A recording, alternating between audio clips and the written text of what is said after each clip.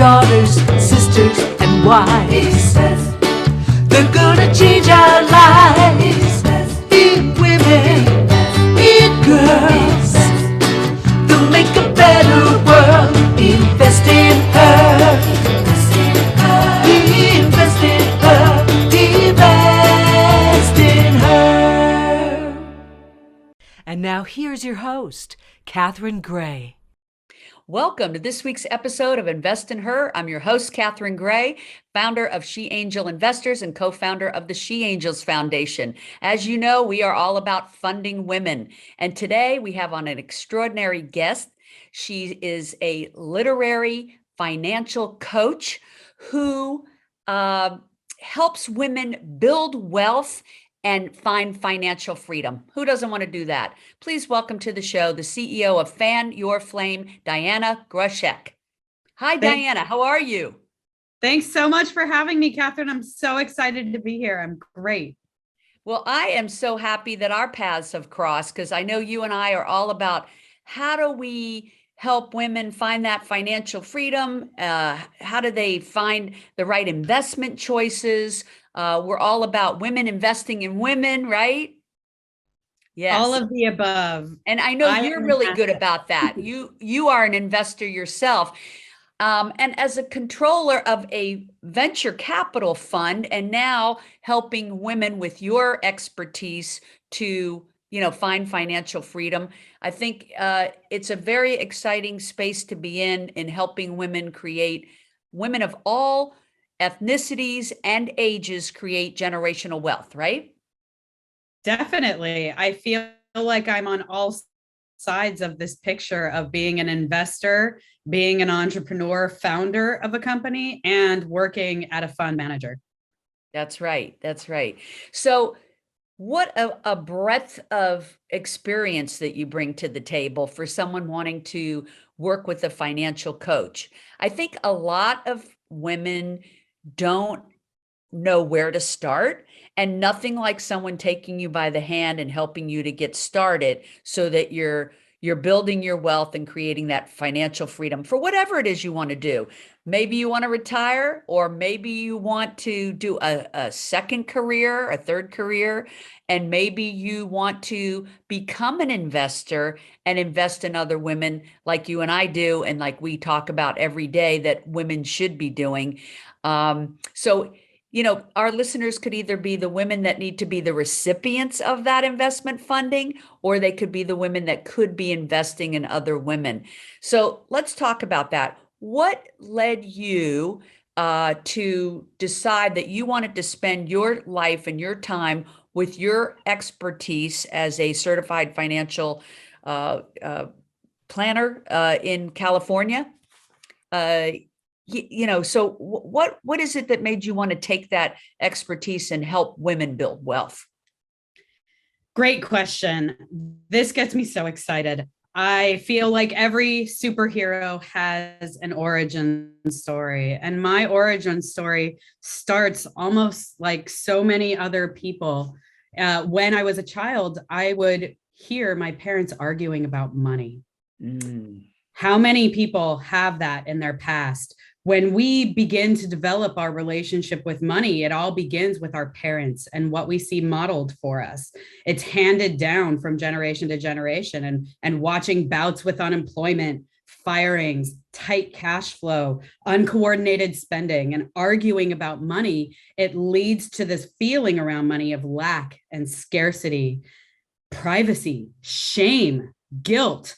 All of these emotions are my origin story. I grew up with that, and all they ever did was instill in me, you need to go to college, you need to get a job, which led me into getting a role in a Big Four accounting firm as a CPA. So I'm a California certified CPA. Gosh, I'm blanking on it now. You said certified financial planner. I'm not. And I knew, I realized. I do want to be clear about qualifications. Yes, certified financial CPA. Yeah. Exactly. So the accounting, the Yes.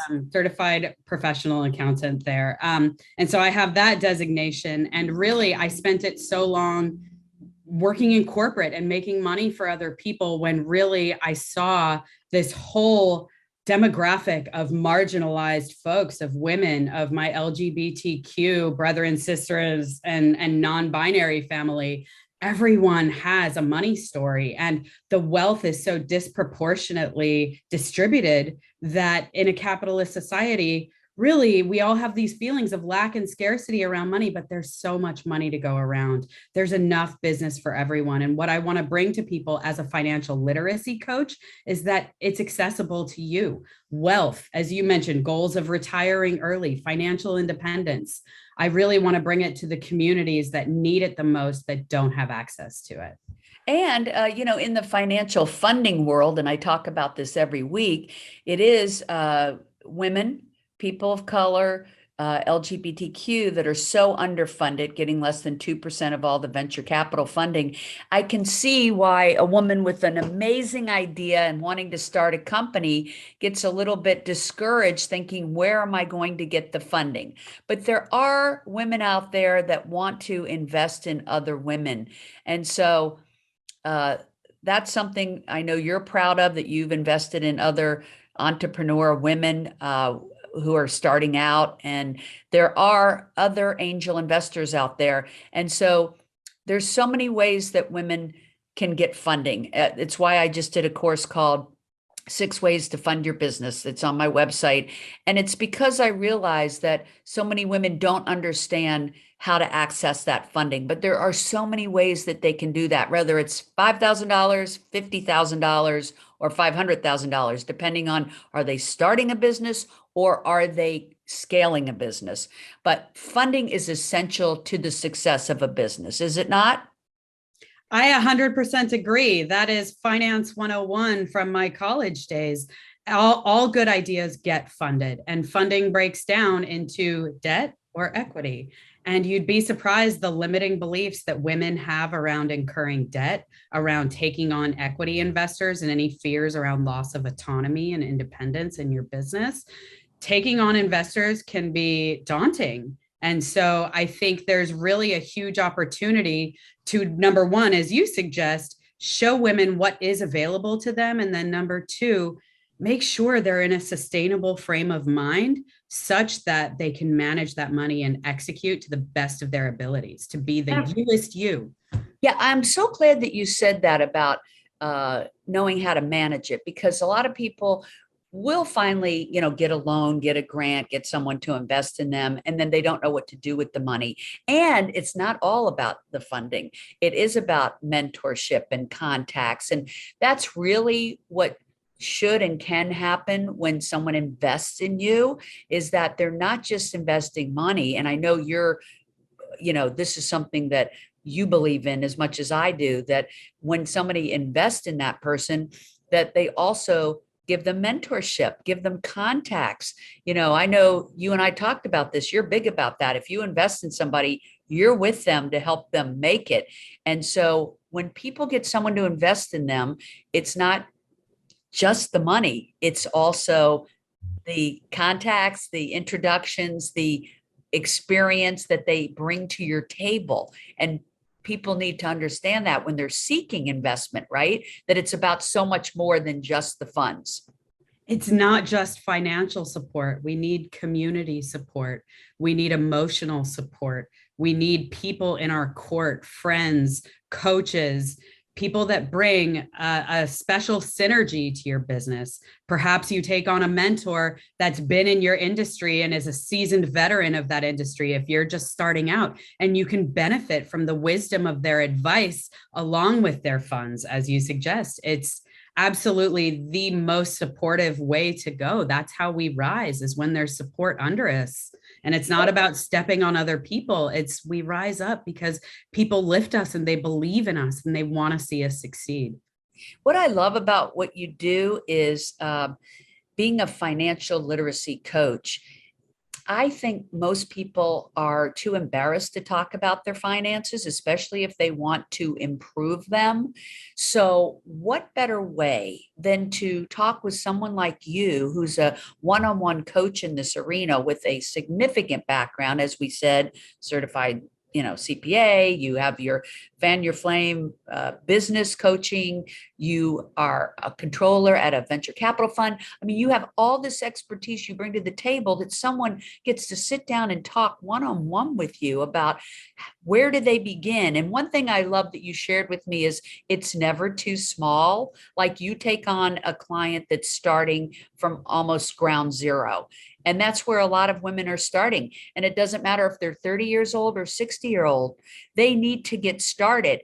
And having a financial literacy coach is the number one first thing they should do. I love that about the work you're doing. Can you give us an example, without naming any names, of someone that you've helped get started from ground zero and how you've helped build them, build their wealth a little bit? Absolutely. So the way I start and the way I work is I'm not a very structured person. I've spent so many years being structured. I'm actually seeking getting away from that. So I like to keep it free flowing. However, we start out with taking your current financial snapshot. It's okay to start exactly where you are today. It's better than starting tomorrow. And where you are now is just as good a place as any to start. And frankly, some of the women that come in, it's not even ground zero. It's triage. It's the emergency room. They're in up to their eyeballs in debt. They can't afford monthly payments. Something is going on that we need to stop the bleeding and address problems. And usually it's because they've let it get to that situation. It's not preventative care checkups, if I was to equate this to a metaphor of health and doctors. So really, when someone comes in, we take a current financial snapshot. We run an assessment of where they are. We look at their balance sheet, their income statement. We work on whether they need any budgets. One person that's worked with me recently, because a lot of this is also money mindset, 10% of managing money is actually managing money. 90% of it is managing your emotions. And so for one woman, we did a funeral for the old version of herself with the bad money story. And she got to write her own eulogy about what she does want to be remembered for example. This is touching stuff. This changes you from the inside out because you are the asset, and investing in yourself and a better money mindset. I couldn't have said it better myself. It is the place to start for just building confidence in your decision-making capabilities, trusting the decisions you're making and what you're doing, and that every day you're taking steps to your financial independence. You do one thing that I think a lot of certified financial literacy coaches don't do. And that is you're also a certified mastermind magic practitioner. So that's where you're bringing in what you're saying, like the spiritual mindset of combining it with your finances is putting all of that together so that it's being led from an inner space that anyone could achieve, and helping them to psychologically overcome any obstacles they have to creating wealth, like thinking it's a bad thing or thinking that it could never be them. And I like that you give people that hope and that they can start from, behind the eight ball, that they're in debt. Or I know you also work with people who have achieve some success. Maybe they have $50,000 or $100,000 and you're going to help them build upon that. And so there's no downside, I think, to working with somebody who knows so much about the financial world and how to access it than sitting down with someone like yourself one-on-one. There's like no downside to it. Well, you're preaching to the choir right now. I totally agree. And what I love about the Mind Magic work is Mind Magic is a certified body of work from my coach and mentor, Tracy Litt.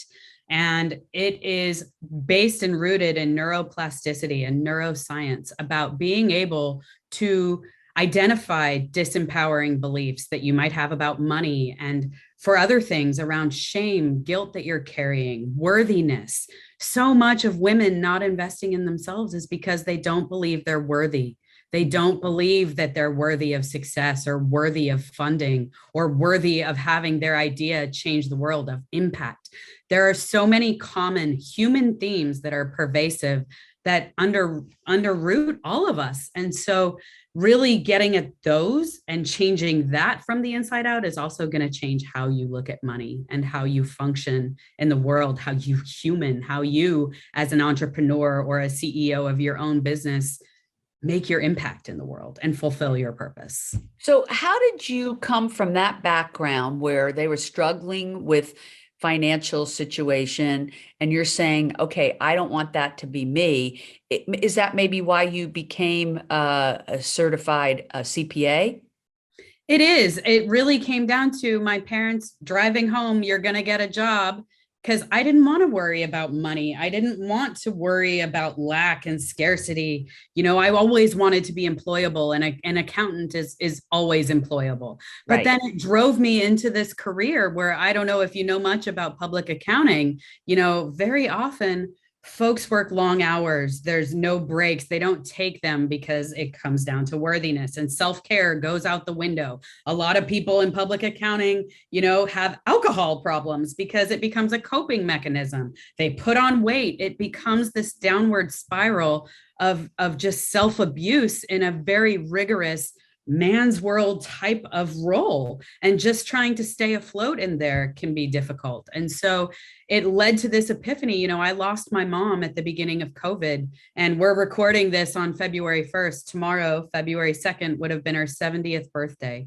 Oh. And I'm so lucky because number one, I got so much time with her, but number two, she left an unexpected little inheritance that has changed the trajectory of my life. And thank God for COVID as the wake-up call that it was, because of where I wasn't ready for this elevated state of mind. I hadn't done any inner work.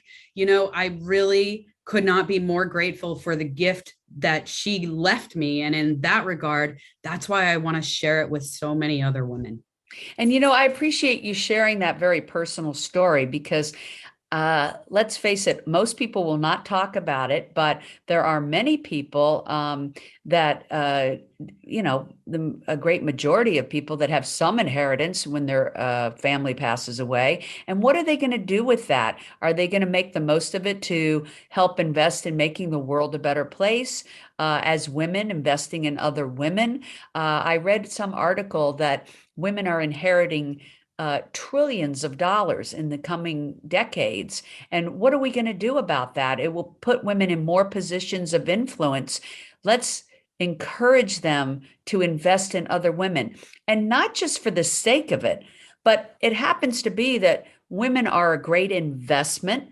It can be a very lucrative opportunity to invest in startups run by women. They tend to do very well.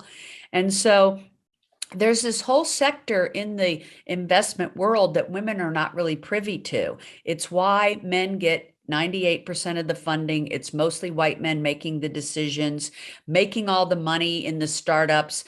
There's the stock market over here that anybody can play in, but over here, accredited investors can invest in startups, unicorns, that type of thing. And people are making a lot of money in that sector that most people are not privy to, especially women. And so I know you and I are both on a mission to pull back that curtain and let women who are successful and do have the means to invest in other women to know that this opportunity exists for them to be angel investors. And I know that's something that we're both very focused on. So what is one of the women that you invested in, without naming any names? What kind of a business have you invested in, and how's that going? And tell us about that experience. Absolutely. I've put money in the stock market, and my fundamental investing strategy is invest in what you know and where you spend your money. So at the beginning of the pandemic, I bought a Peloton. I invested in Peloton at the height of the pandemic. The market has yet to reward me for that. I don't know if you know much about what's going on with Peloton, but it's basically tanked. And I wasn't finding what I wanted as far as investment opportunities in the stock market. So I started looking, as you mentioned, at some of my female entrepreneur colleagues. One person that I invested in actually was working on a certification because she wants to open up a not-for-profit that helps survivors of narcissistic abuse. Great, great. And our She Angels Foundation does similar. We invest funds in female-founded nonprofits that are helping women. We just gave a check last week to a one that is helping women of domestic violence. We've given to some that are helping women that are formerly incarcerated get back on their feet, women veterans. So SheAngelsFoundation.org is a membership-based nonprofit where women become members. Their donation totally goes 100% to these grants, so it's tax deductible. And then we put on salons where they can come and have drinks and cocktails and entertainment and meet other amazing women. So that's something that we're doing in that sector to help female-founded nonprofits. Then on the other side, She Angel Investors, which you and I have talked about, is how do we find funding for female entrepreneurs? A whole nother world that are working in the for-profit world. And that's a whole different sector. So if you had any advice for someone starting out as an entrepreneur, what would your advice be to a woman that needs funding? Ooh. My advice would be, it's really around working to the best of your capabilities and finding complementary skill sets, asking for help. Don't try to do it all yourself. Right. Bring on somebody to help you with fundraising if that's not your forte. Bring on a coach that's going to help with your professional image. Bring on the help you need to be successful, because the most successful CEOs know where their skill set is and where it lies. And so often it is not in the business acumen of running a business. It's really about the heart and the mission of what the business does. And so in that regard, that would be my advice, because there's a literacy component to this. It's a financial literacy coach that I am. So literacy is learning to speak the language, becoming literate, and being a CEO of getting the funding you need. And that means taking steps to ensure your success to do that. That's great advice, and I'm a big believer in you shouldn't try to do everything yourself. Stick with your skill set and bring in people that have the skill sets that you don't, so you can do more of what you're good at, right? So if someone's out there and they are thinking they need to improve their financial literacy, they need to improve their situation, they need to be more focused on building wealth, how do people reach you, Diana? Absolutely. So I can be reached. I have a website that I'm in the stages of launching. All of this just got built in the week between Christmas and New Year's, and it's already taking off. So I'm working on the back end. I have a website, www.fan-your-flame.com. And we can find me on Facebook and Instagram at Fan Your Flame LLC. That's a great place to start as I build my foundations and my ways to get in touch with me to really scale my business and grow.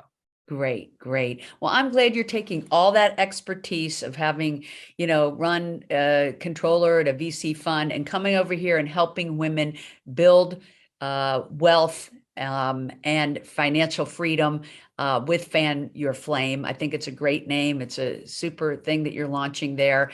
And what an opportunity somebody has to work with somebody as smart as you are in that arena and as evolved as you are. So, if you want to get a hold of Diana, please follow her, Fan Your Flame on Instagram and Facebook and of course her website.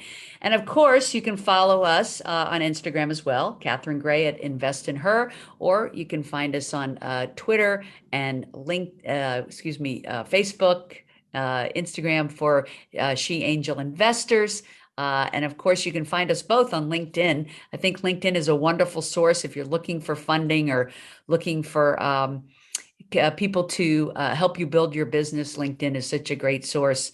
Well, Diana, thanks so much for sharing your expertise. We so appreciate it. And everybody, make it a great week. Remember to invest in her. Thank you.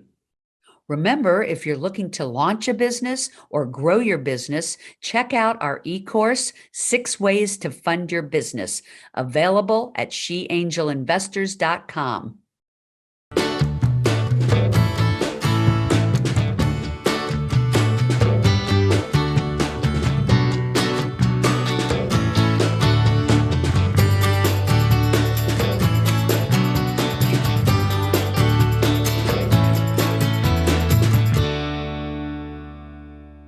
Our theme music was created and produced by Lindsay Tomasic.